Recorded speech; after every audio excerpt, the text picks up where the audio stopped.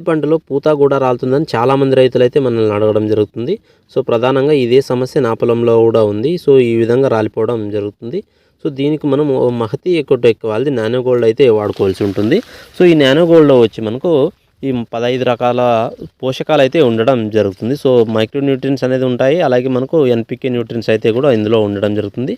So దీన్ని వాడుకోవడం వల్ల మనకు పూత అనేది రాలిపోకుండా ఉండడానికి ఇది సమర్థవంతంగా అయితే పనిచేస్తుంది. జింకు, బోరాన్, మెగ్నీషియం, కాల్షియం అనేక రకాల పోషకాలు అయితే ఉంటాయి. అలాగే పొటాషు, ఫాస్ఫరస్ అనేది కూడా ఇందులో ఉండడం జరుగుతుంది.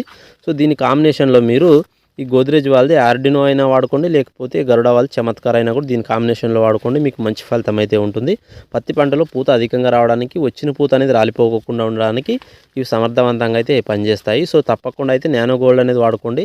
మనకు దాన్ని స్ప్రే చేయడం వల్ల మనకు సూక్ష్మ పోషకాల లోపం ఉన్నా కూడా సవరించుకోవచ్చు. అలాగే ఎన్పికే వాటర్ సాల్యుబుల్ ఫర్టిలైజర్స్ కూడా అందులో ఉంటుంది, ఫాస్ఫరస్, పొటాష్ అనేది. దానివల్ల కూడా మనకు మంచి ఫలితం అయితే ఉంటుంది. సో కావాలనుకున్న వాళ్ళు స్క్రీన్ పైన నంబర్కి కాల్ చేసి మరింత ఇన్ఫర్మేషన్ కనుక్కొని ఆర్డర్ అయితే పెట్టుకోండి. మంచి రిజల్ట్ అయితే ఉంటుంది.